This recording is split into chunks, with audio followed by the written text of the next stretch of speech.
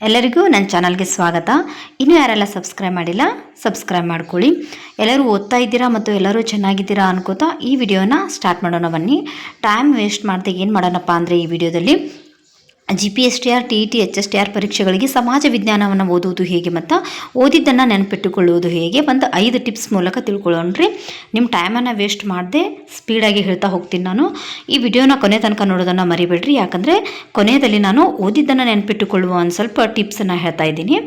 ಬನ್ನಿ, ಸಮಾಜ ವಿಜ್ಞಾನವನ್ನು ಓದಲು 5 ಟಿಪ್ಸನ್ನು ನೋಡೋಣ. ಫಸ್ಟ್ 1ನೇ ಟಿಪ್ಸ್ ಬಂದುಬಿಟ್ಟು ಪಠ್ಯ ಪುಸ್ತಕವೇ ಮುಖ್ಯ. ನೋಡ್ರಿ, ನಮಗೆ ಓದಬೇಕು ನೆನ್ಪಿಟ್ಕೋಬೇಕಂದ್ರೆ ಫಸ್ಟ್ ನಮ್ಮ ಹತ್ರ ಪುಸ್ತಕ ಇರಬೇಕಲ್ರಿ. ಮೊದಲು ಪಠ್ಯ ಪುಸ್ತಕವನ್ನು ನಾವೇನು ಮಾಡ್ಬೇಕ್ರಿ, ಪೂರ್ಣವಾಗಿ ಚೆನ್ನಾಗಿ ಓದ್ಕೋಬೇಕ್ರಿ. ನೆಕ್ಸ್ಟ್ ನೋಡ್ರಿ, ಪ್ರತಿಯೊಂದು ಪಾಠದ ಮುಖ್ಯ ಅಂಶಗಳು, ದಿನಾಂಕಗಳು, ವ್ಯಕ್ತಿಗಳ ಹೆಸರುಗಳು, ಆವಿಷ್ಕಾರಗಳ ಮೇಲೆ ಗಮನ ಕೊಡಬೇಕು. ನೋಡ್ರಿ, ಒಂದು ಪಾಠವನ್ನು ಓದ್ತಿರ್ತೀರಿ ನೀವು, ಅಲ್ಲಿ ಇರುವಂತಹ ಮುಖ್ಯ ಅಂಶಗಳು ಅಂದ್ರೆ ನಮಗೆ ಸಮಾಜ ವಿಜ್ಞಾನದಲ್ಲಿ ಬರುವಂತಹ, ಇತಿಹಾಸದಲ್ಲಿ ಬರುವಂತಹ ದಿನಾಂಕಗಳು, ಇಶ್ವಿಗಳನ್ನು, ಅಲ್ಲಿ ಬರುವಂಥ ಪ್ರಮುಖ ವ್ಯಕ್ತಿಗಳು, ಅವರು ಮಾಡಿರುವಂಥ ಸಾಧನೆಗಳನ್ನು ನಾವು ಅವ್ರ ಕಡೆ ಹೆಚ್ಚು ಗಮನವನ್ನು ಕೊಡಬೇಕ್ರಿ. ಇದು 1ನೇ ಟಿಪ್ಸ್ ಆಯಿತು. ನೆಕ್ಸ್ಟ್ ನೋಡ್ರಿ, ಚಾರ್ಟ್ ಮತ್ತು ಮೈಂಡ್ ಮ್ಯಾಪನ್ನು ತಯಾರಿಸ್ಬೇಕ್ರಿ. ನಾವು ಸಮಾಜ ವಿಜ್ಞಾನವನ್ನು ಓದುವಾಗ ಏನು ಮಾಡ್ಬೇಕ್ರಿ, ನಿಮ್ಮದೇ ಆದಂಥ ಒಂದು ಮೈಂಡ್ ಮ್ಯಾಪ್ ಅಂದರೆ ನಿಮ್ಮ ತಲೆ ಒಳಗೆ ಒಂದು ರೀತಿ ಮ್ಯಾಪನ್ನು ಮಾಡ್ಕೋಬೇಕ್ರಿ. ಮತ್ತು ಅದೇ ರೀತಿ ಒಂದು ಶಾರ್ಟ್ಕಟ್ ಚಾರ್ಟ್ ರೀತಿ ಮಾಡ್ಕೋಬೇಕ್ರಿ. ಹೆಂಗಂದ್ರೆ ಒಂದು ಪೇಜ್ ಒಳಗೆ ಏನು ಮಾಡ್ಬೇಕ್ರಿ, ಇತಿಹಾಸದ ದಿನಾಂಕಗಳನ್ನು ಬರಿಬೇಕು ಮತ್ತು ಆ ರಾಜವಂಶಗಳನ್ನು ಬರಿಬೇಕು. ಆ ರಾಜವಂಶದಲ್ಲಿ ಕಂಡುಬರುವಂಥ ಪ್ರಮುಖ ಅರಸರ ಹೆಸರುಗಳನ್ನು, ಅವರು ಪಡೆದಿರುವಂಥ ಬಿರುದುಗಳು, ಅವರು ಮಾಡಿರುವಂತಹ ಆರ್ಥಿಕವಾಗಿ ಮತ್ತು ರಾಜಕೀಯವಾಗಿ ಸಾಮಾಜಿಕವಾಗಿ ಮಾಡಿರುವಂಥ ಸಾಧನೆಗಳನ್ನು ಬರೆದಿಡಬೇಕ್ರಿ. ಅದೇ ರೀತಿ ಆರ್ಥಿಕತೆಯ ಹಂತಗಳು ಅಂದ್ರೆ ಆ ರಾಜನ ಮನೆತನದಲ್ಲಿ ಕಂಡುಬರುವಂತಹ ಆರ್ಥಿಕ ಬೆಳವಣಿಗೆ ಯಾವ ರೀತಿ ಆಗಿತ್ತು, ಅದೇ ರೀತಿ ಭೂಗೋಳಶಾಸ್ತ್ರದ ನಕ್ಷೆಗಳು ಮತ್ತು ಅವುಗಳನ್ನು ಸಂಬಂಧಪಟ್ಟಿರುವಂತಹ ಚಾರ್ಟನ್ನು ಅಂದರೆ ಮೈಂಡ್ ಮ್ಯಾಪನ್ನು ಮಾಡ್ಕೋಬೇಕ್ರಿ ಭೂಗೋಳಶಾಸ್ತ್ರಕ್ಕೆ ಸಂಬಂಧಪಟ್ಟಂಗೆ. ನೋಡ್ರಿ, ಇದನ್ನೆಲ್ಲ ಯಾವ ರೀತಿ ಮಾಡಬೇಕಂದ್ರೆ ಬಣ್ಣ ಬಣ್ಣದ ಪೆನ್ನುಗಳನ್ನು ಬಳಸಿ ಬರೆಯೋದ್ರಿಂದ ನೆನಪಿನಲ್ಲಿ ಹೆಚ್ಚು ಉಳಿಯುವುದು. ನಮ್ಮ ನೆನಪೊಳಗೆ ಉಳಿಬೇಕಂದ್ರೆ ಆ ಬುಕ್ಕಲ್ಲಿ ನಾವೇನು ಮಾಡಬೇಕ್ರಿ, ಬಣ್ಣ ಬಣ್ಣದ ಪೆನ್ನುಗಳನ್ನು ಉಪಯೋಗಿಸ್ಕೋಬೇಕು. ಅದೇ ರೀತಿ ನೋಟ್ಸ್ ಮಾಡುವಾಗ ಕೂಡ ಒಂದು ಸ್ವಲ್ಪ ಪೆನ್ನನ್ನು ಚೇಂಜ್ ಮಾಡಿ ಬರೆಯೋದ್ರಿಂದ ಓದುವಾಗ ನಮಗೆ ಅತಿ ಹೆಚ್ಚು ನೆನಪಿಡೋಕೆ ಸಾಧ್ಯ ಆಗ್ತದ್ರಿ. ನೋಡ್ರಿ, 3ನೇ ಪಾಯಿಂಟ್ಸ್ ಬಂದುಬಿಟ್ಟು ಪುನರಾವರ್ತನೆ. ನೋಡ್ರಿ, ನಾವು ಓದಿದ್ದನ್ನು ಒಂದು ದಿನದಲ್ಲಿ ಓದಿದ್ದು 3ನೇ ದಿನ ಪುನರಾವರ್ತನೆ ಮಾಡಬೇಕು. ನೋಡ್ರಿ, ನೀವು ಸೋಮವಾರ ಓದಾಗತ್ತೀರಂತ ತಿಳ್ಕೊರಿ. ಸೋಮವಾರ ಓದಿರಿ, ಮಂಗಳವಾರ ಬುಧವಾರ ಗುರುವಾರ ಬಿಟ್ಟು ಶುಕ್ರವಾರ ಏನು ಮಾಡ್ಬೇಕ್ರಿ, 3ನೇ ದಿನ ನೀವು ಸೋಮವಾರ ಓದಿದ್ದನ್ನು ಏನು ಮಾಡ್ಬೇಕ್ರಿ, ಮತ್ತೆ ಪುನರಾವರ್ತನೆ ಮಾಡ್ಕೋಬೇಕ್ರಿ. ಯಾಕಂದ್ರೆ ನಮ್ಮ ಮೆದುಳು ಯಾವ ರೀತಿ ಅಂದ್ರೆ ಓದಿದ್ದು ಮರೆವು ಅಂಥೇಳಿ ಎಲ್ಲರಿಗೂ ಇದ್ದೇ ಇರ್ತದೆ ರೀ. ಓದಿದ್ದರೆ ಯಾಕ್ರಿ, ನಮ್ಮ ಜೀವನದಲ್ಲಿ ಆದಂಥ ಯಾವುದೇ ಘಟನೆ ಅಲ್ಲಿ ಒಂದು ಸ್ವಲ್ಪ ದಿನ ಆದಮೇಲೆ ನೆನಪು ಹಾರ್ತದ್ರಿ. ಮತ್ತು ನಾವು ನೆನಪಿಸ್ಕೊಂಡ್ಮೇಲೆ ಯಾವ ರೀತಿ ನೆನಪಾಗ್ತದಲ್ಲ, ಅದೇ ರೀತಿ ನಾವು ಓದಿದ್ದನ್ನು ಕೂಡ ಒಂದು ದಿನ ಓದ್ದೇವಂದ್ರೆ ಅದನ್ನು ಮತ್ತೆ 3 ದಿನ ಬಿಟ್ಟು ಇನ್ನೊಮ್ಮೆ ರಿವಿಷನನ್ನು ಮಾಡ್ಕೋಬೇಕ್ರಿ. ಮತ್ತು ವಾರದ ಕೊನೆಯಲ್ಲಿ ಒಮ್ಮೆ ಸಂಪೂರ್ಣ ಪಾಠದ ಸಂಕ್ಷಿಪ್ತ ಅಭ್ಯಾಸ ಮಾಡಿ.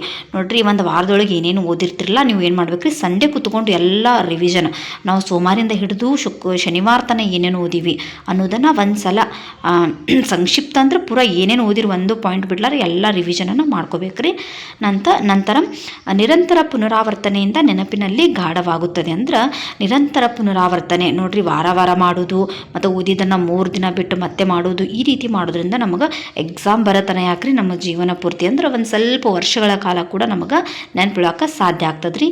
ಈ ಪಾಯಿಂಟ್ಸ್ ನಿಮಗೇನಾದರೂ ಈ ಟಿಪ್ಸ್ ಅಥವಾ ಈ ಪಾಯಿಂಟ್ಸ್ ನಿಮಗೆ ಯೂಸ್ ಆಯಿತು, ಒಂದು ಮೋಟಿವೇಶನ್ ಟೈಪ್ ಆಯಿತು ಅಂದರೆ ಸಬ್ಸ್ಕ್ರೈಬ್ ಮಾಡೋದನ್ನು ಮರಿಬೇಡ್ರಿ. ಮತ್ತು ನಿಮ್ಮ ಫ್ರೆಂಡ್ಸ್ ಯಾರೆಲ್ಲ ಓದಿದ್ದನ್ನು ನೆನ್ಪಿಟ್ಕೊಳ್ಳೋಕ್ಕಾಗಲ್ಲಾಗ್ಯದ, ಯಾವ ರೀತಿ ಓದಬೇಕು ಅನ್ನೋದನ್ನು ಒಂದು ಸ್ವಲ್ಪ ಗೊಂದಲ ಇದ್ದರೆ ಈ ವಿಡಿಯೋನ ಶೇರ್ ಮಾಡೋದನ್ನು ಮರಿಬೇಡ್ರಿ. ನೆಕ್ಸ್ಟ್ ನೋಡ್ರಿ, 4ನೇ ಟಿಪ್ಸ್ ಬಂದುಬಿಟ್ಟು ಪ್ರಶ್ನೋತ್ತರಗಳ ಅಭ್ಯಾಸ.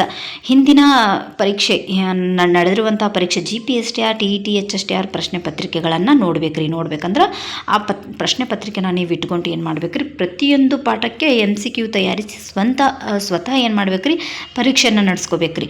ಈ ಸದ್ ನೋಡ್ರಿ, ನೀವು ಎಕ್ಸಾಂಪಲ್ ಆಧಾರಗಳು ಪಾಠವನ್ನು ಓದಿರಂತ ತಿಳ್ಕೊರಿ, ಅದ್ರ ಮ್ಯಾಲೆ ನೀವೇನು ಮಾಡ್ಬೇಕ್ರಿ, MCQ ಪ್ರಶ್ನೆನ ನೀವೇ ತಯಾರಿಸ್ಬೇಕ್ರಿ. ತಯಾರಿಸಿ ಏನು ಮಾಡ್ಬೇಕ್ರಿ, ನೀವೇ ಏನು ಮಾಡಿಸ್ಬೇಕಂದ್ರೆ ನೀವೇ ಪರೀಕ್ಷೆಯನ್ನು ತಗೋಬೇಕು. ಮತ್ತು ನೆಕ್ಸ್ಟ್ ಏನು ಮಾಡೋದಂದ್ರೆ ತಪ್ಪು ಉತ್ತರಗಳನ್ನು ಬೇರೆ ಕಾಗದದಲ್ಲಿ ಬರೆಯಿರಿ, ನಂತರ ಅದನ್ನು ಮಾತ್ರ ಓದಿ. ನೋಡ್ರಿ, ಈ ಟಿಪ್ಸ್ ಭಾಳ ಯೂಸ್ ಆಗುತ್ತೆ ರೀ. MCQ ಅಂದ್ರೆ 4 ಆಪ್ಷನ್ಸ್ ಇರ್ತಾವೆ ರೀ, ಅದರಲ್ಲಿ ಒಂದು ಆನ್ಸರ್ ನಿಮ್ದು ಕರೆಕ್ಟ್ ಇರ್ತದೆ. ಉಳಿದಂಥ 3 ಆನ್ಸರ್ಗೆ ಏನು ಮಾಡ್ಬೇಕ್ರಿ, ಅದಕ್ಕೆ ಸಂಬಂಧಪಟ್ಟಿರುವಂಥ ಮಾಹಿತಿಯನ್ನು ಕಲೆ ಹಾಕಿ ಅದನ್ನು ಓದೋದ್ರಿಂದ ನಿಮಗೆ ಯಾವುದು ಎಂಥ ಟಫ್ ಕ್ವಶನ್ ಬರಲಿ ಅದಕ್ಕೆ ನೀವು ಆನ್ಸರ್ ಮಾಡೋಕೆ ಎಲಿಜಿಬಲ್ ಇರ್ತೀರಿ. ನೋಡ್ರಿ, ಇದು ನಿಮ್ಮ ಅಭ್ಯಾಸದೊಳಗೆ ಅಳವಡಿಸ್ಕೊಳ್ರಿ, ಚಲೋ ಆಗ್ತದೆ ನೋಡ್ರಿ. ನೆಕ್ಸ್ಟ್ ಕತೆ ಸಂಬಂಧ ಕಲ್ಪನೆ ವಿಧಾನ. ನೋಡ್ರಿ ನಮ್ಮ ಸಮಾಜ ವಿಜ್ಞಾನ ಹೆಂಗಂದ್ರಿ ನಮ್ಮ ಇತಿಹಾಸ ಅದನ್ನು ನಾವು ಕತೆ ರೂಪದಲ್ಲಿ ನಾವು ಓದಿ ನೆನ್ಪಿಟ್ಕೊಂಡ್ರೆ ಭಾಳ ದಿನಗಳ ಕಾಲ ನೆನ್ಪುಳಿತದ. ನೋಡ್ರಿ ಸದ್ದ ಚಂದ್ರಗುಪ್ತನ ಮೌರ್ಯನ ಸಾಧನೆಗಳನ್ನು ನೀವು ಬ್ಯಾಟ್ ಮಾಡ್ಕೋತ ಕೂತ್ರೆ ಆಗೋದಿಲ್ರಿ. ಅವರು ಚಂದ್ರಗುಪ್ತ ಮೌರ್ಯನ ಸಾಧನೆಗಳನ್ನು ನಾವು ಕತೆ ರೂಪದೊಳಗೆ ಎಲ್ಲಿ ಯಾವ ರೀತಿ ಏನು ಯುದ್ಧ ಮಾಡಿದ್ರು ಅಂಥೇಳಿ ಕತೆ ರೂಪದೊಳಗೆ ನೆನ್ಪಿಟ್ಕೊಂಡ್ರೆ ನಾವು ಜೀವನ ಪೂರ್ತಿ ನಮ್ಮ ಮಕ್ಕಳಿಗೂ ಕೂಡ ನಾವು ಓದಿಸ್ಬೋದು. ನೋಡ್ರಿ ಇಲ್ಲಿ ದಿನಾಂಕಗಳು ಮತ್ತು ಹೆಸರುಗಳನ್ನು ನೆನಪಿಡಲು ಕಥೆಯಂತ ಕಲ್ಪನೆ ಮಾಡ್ಕೋರಿ. ಇಲ್ಲಿ ಒಂದು ಉದಾಹರಣೆ ಕೊಟ್ಟಾರಿ, ನೋಡ್ಕೋರಿ. ನೆಕ್ಸ್ಟ್ ಭೂಗೋಳಶಾಸ್ತ್ರ ಓದುವಾಗ ನಕ್ಷೆ ಹಚ್ಚಿ ಸ್ಥಳಗಳನ್ನು ಗುರುತು ಮಾಡಿ ಕಲಿಯಿರಿ. ನೋಡ್ರಿ ಭಾಳ ಯೂಸ್ ಆಗುತ್ತೆ ರೀ. ಇದು GPST TET HST ಅಷ್ಟೇ ಅಲ್ರಿ, ಅದೇ ರೀತಿ KS UPSC ಒಳಗೆ ಕೂಡ ಇದೇ ರೀತಿ ಮಾಡ್ತಾರೆ ರೀ. ನಕ್ಷೆ ಹಾಕೋದ್ರ ಮೂಲಕ ಅಲ್ಲಿ ಸ್ಥಳಗಳನ್ನು ಗುರುತು ಮಾಡೋದ್ರ ಮೂಲಕ ನಮಗೆ ಯಾವುದೇ ಒಂದು ಸ್ಥಳದ ಕಲ್ಪನೆ ಇದ್ರೊಳಗೆ ಮೂಡ್ತದ್ರಿ. ನೆಕ್ಸ್ಟ್ ನೋಡ್ರಿ, ನೆನಪಿನಲ್ಲಿ ಉಳಿಸಿಕೊಳ್ಳುವ ಸೂತ್ರಗಳು. ನಾವು ಓದಿದ್ದನ್ನು ಎಷ್ಟೋ ಜನ ಓದ್ತಿರ್ತಾರೆ ರೀ, ಓದಿದ್ದೆ ನೆನಪುಳಿಯಲಾಗಿದ್ರೆ ನಮ್ಗೆ ಓದಿದ್ದೆ 8 ದಿನದೊಳಗೆ ನೆನಪಾರಾಗತ್ತದ ಅನ್ನೋರು ಈ ಟಿಪ್ಸನ್ನು ಒಂದು ಸ್ವಲ್ಪ ಯೂಸ್ ಮಾಡ್ಕೋಬಹುದು. ಇವೆಲ್ಲ ನಿಮ್ಗೆ ಅಂಶಗಳು. ಈ ಟಿಪ್ಸ್ ನಿಮ್ಗೆ ಯೂಸ್ ಆದರೆ ಕಮೆಂಟ್ ಬಾಕ್ಸಲ್ಲಿ ತಿಳಿಸ್ರಿ. ಮತ್ತು ನೆಕ್ಸ್ಟ್ ಯಾವ ರೀತಿ ಟಿಪ್ಸನ್ನು ಹೇಳಬೇಕು, ಯಾವ ರೀತಿ ವಿಡಿಯೋ ಮಾಡ್ಬೇಕಂತ ಹೇಳಿ ಕೂಡ ಕಮೆಂಟ್ ಬಾಕ್ಸಲ್ಲಿ ತಿಳಿಸಿ. ನೆಕ್ಸ್ಟ್ ವಿಡಿಯೋ ಮಾಡೋಕ್ಕೆ ಟ್ರೈ ಮಾಡ್ತೀನಿ ರೀ. ನೆನಪಿನಲ್ಲಿ ಉಳಿಸಿಕೊಳ್ಳಲು ಸೂತ್ರಗಳು. ಓದಿದ ಪಾಠವನ್ನು 3-4 ಸಾಲಿನಲ್ಲಿ ಸ್ವಂತ ಅಂದರೆ ಸೆಲ್ಫ್ ರಿಕ್ಯಾಪನ್ನು ಮಾಡ್ಕೋಬೇಕ್ರಿ. ಒಂದು ಉದಾಹರಣೆಗೆ ನೋಡ್ರಿ, ಅಶೋಕನ ಬಗ್ಗೆ ಓದಿದ್ರಂದ್ರೆ ಆ ಅಶೋಕನ ಓದ ತಕ್ಷಣ ನೀವು ನಿಮ್ಮ ಸ್ವಂತ ವಾಕ್ಯದಲ್ಲಿ ಕತಿ ರೂಪದೊಳಗೆ ನೀವೇ ಹೇಳಿದ್ರಿ ಕೂತ್ಕೊಂಡು, ಅಶೋಕ ಈ ರೀತಿ ಮಾಡಿದ್ರು, ಅಶೋಕ ಇಲ್ಲಿ ಯಾವ ಯುದ್ಧನ ಮಾಡಿದ್ರು, ಎಷ್ಟರಲ್ಲಿ ಮಾಡಿದ್ರು, ಅದನ್ನೆಲ್ಲ ನೀವೇನು ಮಾಡ್ಬೇಕ್ರಿ ಒಂದು ಸಲ ನೀವೇ ಹೇಳ್ಕೊಬೇಕ್ರಿ. ಅದು ಆಗ್ಲಿಕ್ಕಂದ್ರೆ ಏನು ಮಾಡ್ಬೇಕ್ರಿ, ನೀವು ಸ್ನೇಹಿತರಿಗೆ ಅಥವಾ ತಮಗೆ ತಾವೇ ಬೋಧನೆ ಮಾಡಿದಂತೆ ವಿವರಿಸ್ಕೊಳ್ಬೇಕ್ರಿ. ನಿಮ್ಮ ಏನರ ನೀವು ಫ್ರೆಂಡ್ಸ್ ಸರ್ಕಲ್ ಒಳಗೆ ಗ್ರೂಪ್ ಸ್ಟಡಿ ಮಾಡ್ತಾ ಇದ್ರಂದ್ರೆ ನೀವು ಓದಿದ್ದನ್ನು ಅವ್ರಿಗೆ ಹೇಳೋದು, ಅವ್ರು ಓದಿದ್ದನ್ನು ನೀವು ಕೇಳೋದು, ಈ ರೀತಿ ಮಾಡೋದ್ರಿಂದ ಭಾಳ ಯೂಸ್ ಆಗುತ್ತೆ ರೀ. ನಾವು ಕೂಡ ಹಾಸ್ಟೆಲ್ ಒಳಗಿದ್ದಾಗ ಇದೇ ರೀತಿ ಮಾಡ್ತಿದ್ದೇವೆ ರೀ.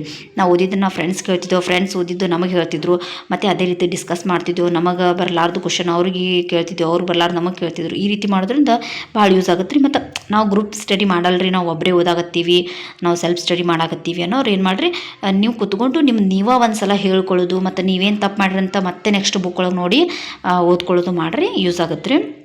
ನೆಕ್ಸ್ಟ್ ಲಾಸ್ಟ್, ಪ್ರತಿದಿನ 30 ನಿಮಿಷ ಸಮಾಜ ವಿಜ್ಞಾನಕ್ಕೆ ಮೀಸಲಿಡಿ. ಅಂದರೆ ನೀವು ಓದಿದ್ದನ್ನು ದಿನಕ್ಕೆ 30 ನಿಮಿಷ ಒಳಗೆ ರಿವಿಷನ್ ಮಾಡೋದು, ಅದನ್ನು ಮಾಡಿರಿ. ಮತ್ತು 30 ನಿಮಿಷ ಓದೋದಲ್ರಿ ಸಮಾಜ ವಿಜ್ಞಾನ ಸಬ್ಜೆಕ್ಟ್ ಏನಪ್ಪ ಅಂದರೆ ಬಹಳಷ್ಟು ಅಧ್ಯಾಯಗಳನ್ನು ಕೊಡ್ಕೊಂಡಾಗಿದ್ದದ. ಅದಕ್ಕೇನು ಮಾಡಿರಿ, ಓದಿದ್ದನ್ನು ಲಾಸ್ಟ್ ಒಂದು ದಿನದಲ್ಲಿ 30 ನಿಮಿಷ ಇಡಬೇಕ್ರಿ ಅದಕ್ಕೆ ರಿವಿಷನ್ ಮಾಡೋಕ್ಕೆ.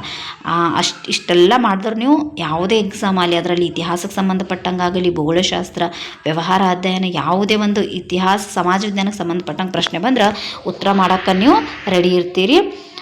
ಈ ವಿಡಿಯೋ ನಿಮ್ಗೆ ಇಷ್ಟ ಆದರೆ ಲೈಕ್ ಮಾಡಿರಿ, ಶೇರ್ ಮಾಡಿರಿ, ಸಬ್ಸ್ಕ್ರೈಬ್ ಮಾಡೋದನ್ನು ಕೂಡ ಮರಿಬೇಡ್ರಿ. ಎಲ್ಲರಿಗೂ ಒಳ್ಳೆಯದಾಗಲಿ, ಚೆನ್ನಾಗಿ ಓದ್ರಿ, ಈ ರೀತಿ ಮಾಡಿರಿ, ನೆನ್ಪುಳಿತದ. ಎಲ್ಲರಿಗೂ ಥ್ಯಾಂಕ್ ಯು. ನೋಡಿರಿ, ಈ ವಿಡಿಯೋ ಒಂದು ಸ್ವಲ್ಪ ಸ್ಪೀಡ್ ಹೇಳಿನ್ರಿ, ಯಾಕಂದ್ರೆ ನೀವು ಓದ್ತಾ ಇರ್ತಿರಲ್ಲ, ನಿಮ್ಮ ಟೈಮನ್ನು ವೇಸ್ಟ್ ಮಾಡಬಾರ್ದು ಅಂಥೇಳಿ ಸ್ಪೀಡ್ ಹೇಳ್ಕೊತ ಹೋಗಿನ್ರಿ. ಈ ಪಾಯಿಂಟ್ಸನ್ನು ನಾನು ಕೂಡ ಅಪ್ಲೈ ಮಾಡ್ಕೊಂಡಿದ್ದೆ ಓದುವಾಗ. ನೀವು ಮಾಡ್ಕೋರಿ, ಯೂಸ್ ಆಗುತ್ತೆ. ಅತಿ ಹೆಚ್ಚು ಪುನರಾವರ್ತನೆ ಮಾಡೋದು, ಹಳೆ ಪ್ರಶ್ನೆ ಪತ್ರಿಕೆಯನ್ನು ಬಿಡಿಸೋದು, ಓದಿದ್ದನ್ನು ಮತ್ತೆ ಓದೋದು ಮಾಡೋದ್ರಿಂದ ನೆನ್ಪುಳಿತದ್ರಿ. ಏನು ಟೆನ್ಷನ್ ತೊಗೊಳಕ್ಕೆ ಹೋಗಬೇಡ್ರಿ. ಎಲ್ಲರಿಗೂ ಒಳ್ಳೆಯದಾಗಲಿ.